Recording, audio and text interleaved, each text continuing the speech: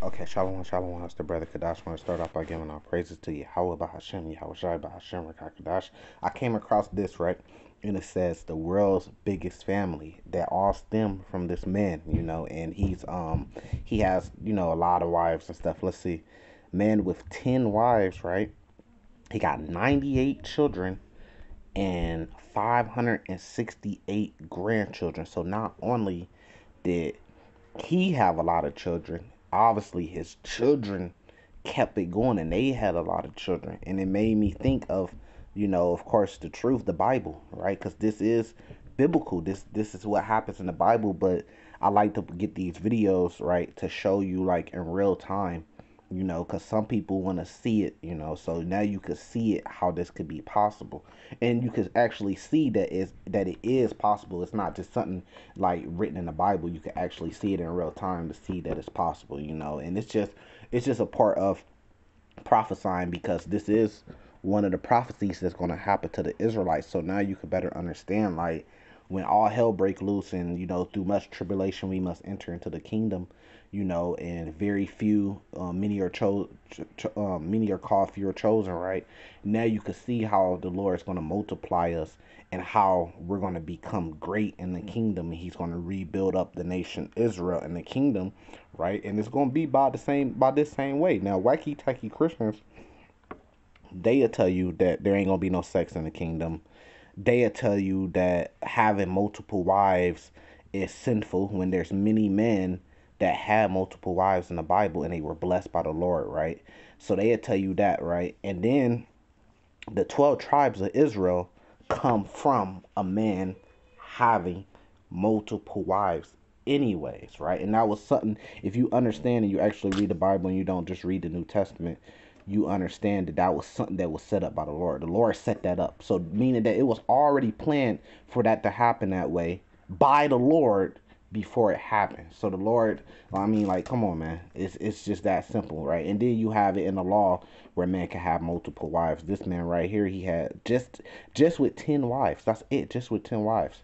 So in the kingdom, imagine how many wives a man's gonna have. Hundredfold, right? Hundreds of wives. So imagine how many children they're gonna have. And imagine how many children their children are gonna have, and their children and their children are gonna have. This is Isaiah 60. And then I'll let this play. Verse 21. Thy people also shall be righteous, right? This is a righteous thing. It says they shall inherit the land forever. So the Israelites aren't going to inherit the land forever until the Lord comes back, the second coming of the Lord, and he takes the Israelites back to the land. That's the prophecy. That's when they're going to inherit it forever, everlasting. It says, the branch of my planting, the work of my hand, that I may be glorified. So the people are going to be righteous, and this is going to be a glorious thing that the Lord is going to be glorified when this happens. Verse 22. A little one shall become 1,000. So how does a little one become 1,000? Multiple wives and having sex. You don't become a little one. Don't become 1,000 if every man get one wife and have maybe 3 children or something like that.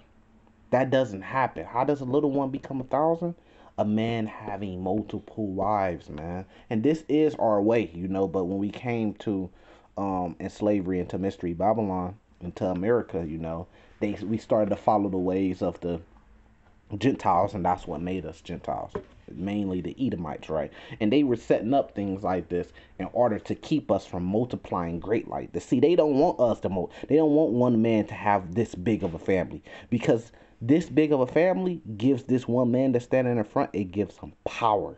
They don't want the black man to have power, especially the black man, right? Which are the so-called black man, which are Israelites. They don't want the Israelite man to have that type of power and have that big family. Now, this is just his one family, right? So now just imagine if he had 10 friends and they did the same thing, and they families came together. Imagine how big that would be. You see what I'm saying? So they wanted our numbers to go down. So they told you things, they pushed things to the front like monogamy. And they pushed things to the front like you can't get married to multiple women, and that's a law. All they laws, when have they laws benefit us? When have they laws been righteous laws? Those laws are to keep us oppressed, man. Because, like I said, having this big a family, it gives this, and they all respect this man, that gives him tremendous power. You know, but yeah, a little one should become 1,000, a small one a strong nation. I, the Lord, will hasten it in His time. Right, so the Lord's going to hasten this when we get into the kingdom. Right, He's going to hasten that pretty much the elect, the first fruits that go into the kingdom. Right, they're going to be having a lot of wives and a lot of sex and building back up the nation. So let's let this play.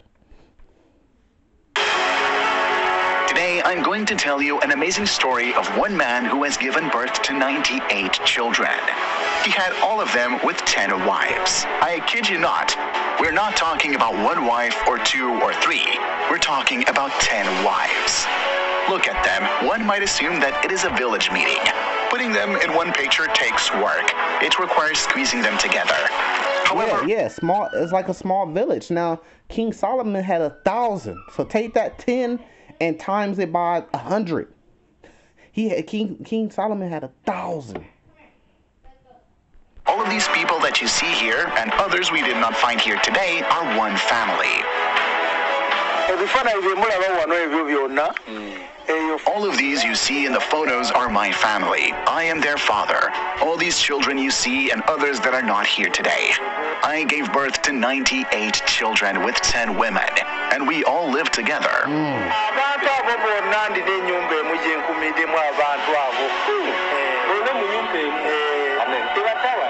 His name is Musa Hasaji. See, and that's showing you a black man as a king or an Israelite man, because you know, Uganda and Western Africa, like Nigeria and Ghana, you know, there's still a big population of Israelites. The so-called African Americans, the blacks, came in slavery from those places, you know, but not all our people went into slavery, you know.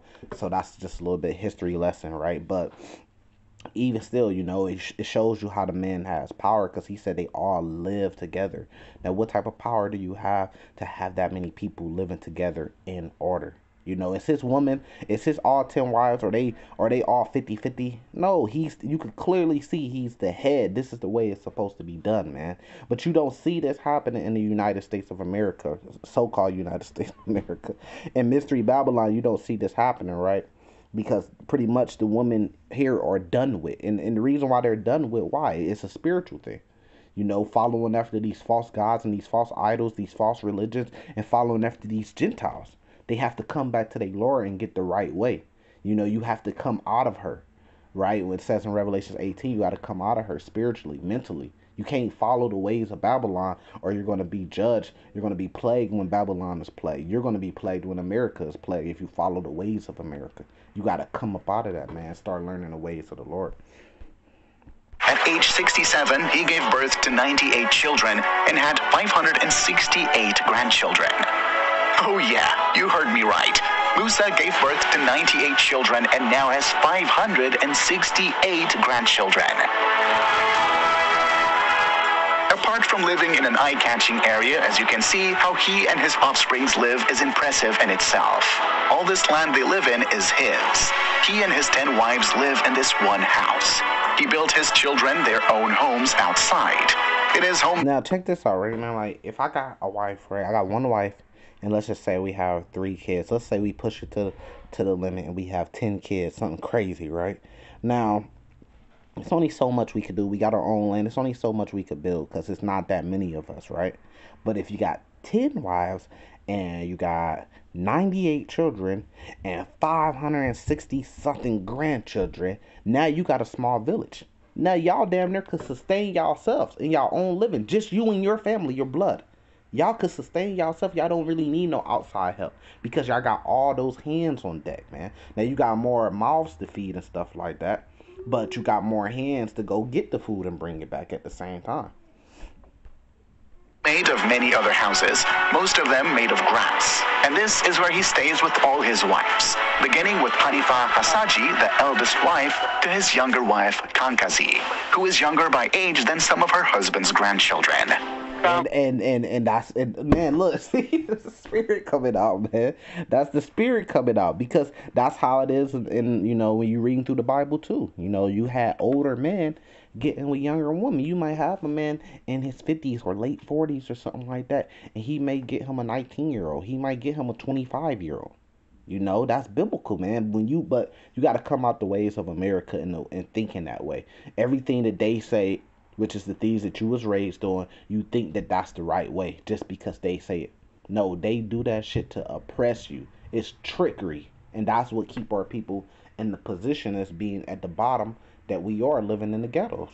Cause we fall for the shit, we fall for the bait, and they do it the same way in the Garden of Eden with Adam and Eve. The serpent deceived Eve, and that's how they do it. They go through and they deceive Eve, and Eve falls for the shit. All the age limits that they put up, but it makes no sense because in certain states you could get married at a woman can have sex at the age 16 in certain states. But then another state is 18. So which one is it, man? You go to this state, it's 18, you could be prosecuted, but if you go to this one, 16 is okay.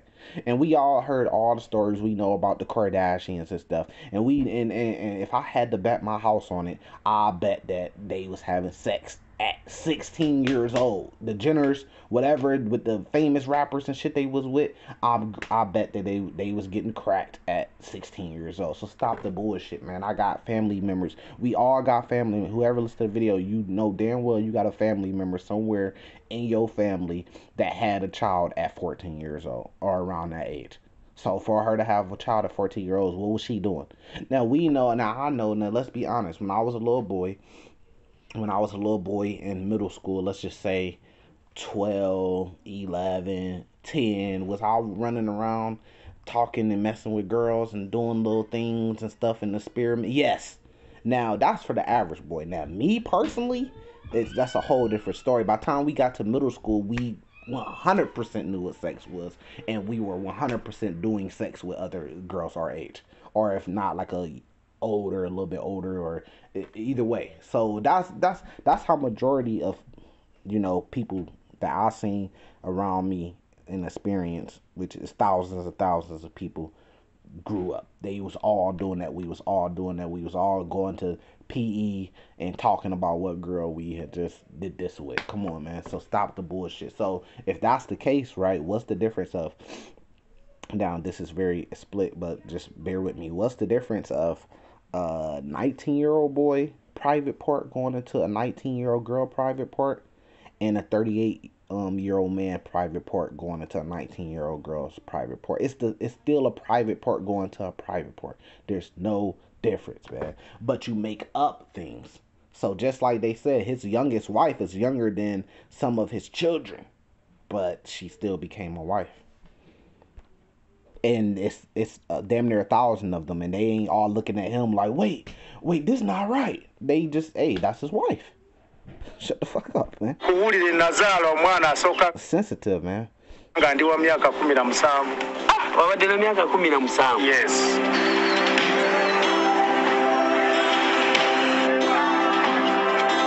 We are now heading to Butareja district, a city in the east of Uganda where there lives a man who married 10 women, each of whom gave birth to almost 10 children on average.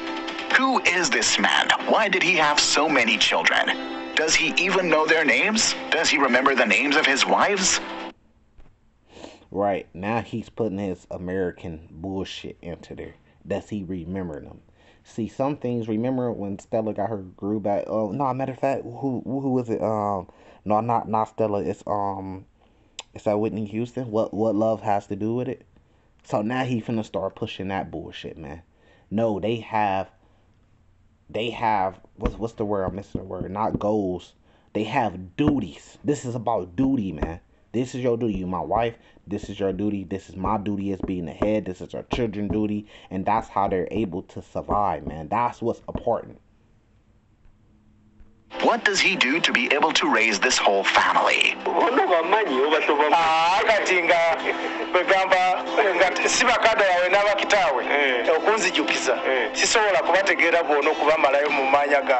Welcome inside the world of Musa, a polygamist unlike any you have ever met.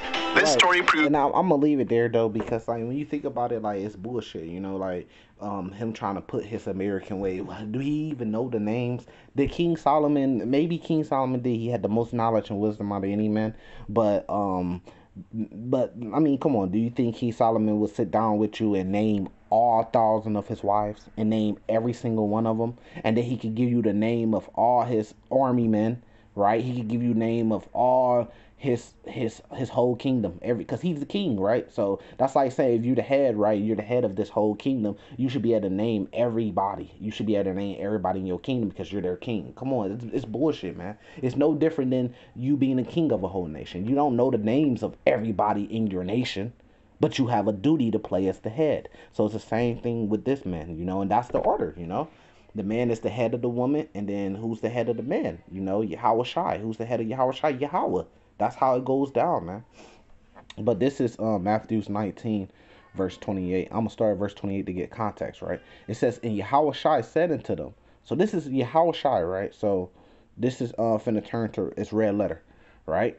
So this is our Lord. It says, verily I say unto you, that ye which have followed me in the regeneration, when the Son of Man shall sit on the throne in his glory, ye shall also sit upon 12 thrones. So this is getting you context to show you that this is talking about something that's going to happen in the future, because it says ye also shall sit upon 12 thrones, judging the 12 tribes of Israel. So this ain't happened yet, right? They ain't sat on 12 thrones, right? The disciples, they ain't sat on 12 thrones yet and start judging the 12 tribes of Israel. This ain't happened yet. So this is something that's going to happen in the future when our Lord comes back. We already know this is called kingdom talk. This is going to happen in the kingdom, right? This is the kingdom, right? It says, and everyone that has forsaken houses, and it's because we know that we going to have those spiritual bodies and we going to be in order, and we know how that's going to work. But it's just showing you that the 12, right, they going to have a position. Everybody's still going to have positions, and there's going to be order in the kingdom. Because some are going to be higher than the others. It tells you some are going to be great, some are going to be least. It tells you in Revelations 21 that the 12 going to have their name on each foundation, which is 12 foundations of the kingdom, right? Because kingdom is twofold. Kingdom meaning rulership, or meaning just rulership over earth, and then the actual city, right? And then there's a building that's made with 12 foundations, right? So it says they gonna sit. That's why they're gonna have their name on each level of a foundation, the 12, right? Because that's their position, right? And then you still gonna have the 12 tribes of Israel. It tells you that in Revelations 21 verse 12, because there's gonna be 12 gates, which the name of each tribe on the gate, and there's gonna be an angel over each gate, guarding each gate to make sure only that tribe goes through that gate that they supposed to go through. Why? Because there's still going to be an order of how things is going to be done, right? Verse 29. So this is the point.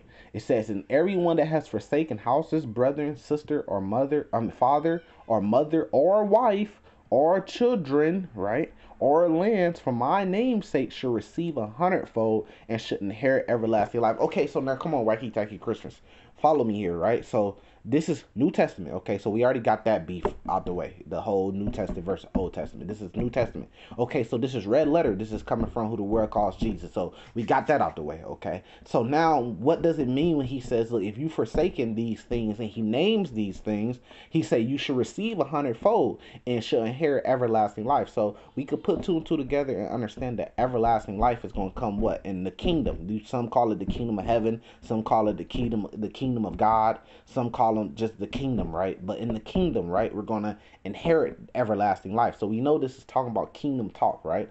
So he's saying what? If you forsaken these things, when? Before the kingdom, in the kingdom, you're going to receive 100-fold of these things. Now you can't just say, all right, he's saying, okay, you're going to receive 100-fold houses. You agree with that? We're going to have 100-fold houses, right? We'll have 100-fold brother, sister, and father, and mother, and wife, right? But then when it get down, well, mother and stuff, right? Then when it gets down to the wife part, then you say, no, you ain't gonna receive 100-fold of that, no, because that's not biblical. Man can't have multiple wives. Come on, man. He just said 100-fold. He listed everything that you're going to have 100-fold of, and that includes wife and children. And some may say, well, how are you going to have 100-fold of fathers and mothers? Or do we have forefathers? Does Deuteronomy 30 talks about you should inherit the land of your forefathers? Yes, you're gonna have 100-fold of fathers out there, right? And you're gonna have 100, because you're gonna live forever. So as the kingdom goes forever, you're gonna have your father, which is considered your father. You're gonna have your grandfather, which is considered your father, right? Because sometimes the Bible mention it, they don't say grandfather, they just say father, father's father, father, father. You heard of a thing called forefather? How is people in the Mystery Babylon say the founding forefathers? How are they founding forefathers? Because they trace their seed back to those men, right? So that's father. Same thing with mothers, right? And wife and children. So you're gonna have 100-fold of children, um, just like what you're seeing on your screen on this video, right? Because when you have 100-fold of wives, you're gonna get them pregnant and they're gonna have children, and then your children are gonna be multiplied. Same thing with lands, and he says, "For my name's sake." But verse 30 says, "But many that are first shall be last, and the last shall be first," right? Because the Israelites, we're last right now, but in the kingdom, that's the prophecy. We gonna be at the top. We gonna be first then. So it's just that simple, and it's interesting to see. With that, I'm gonna say salvation to the elect. Shalom.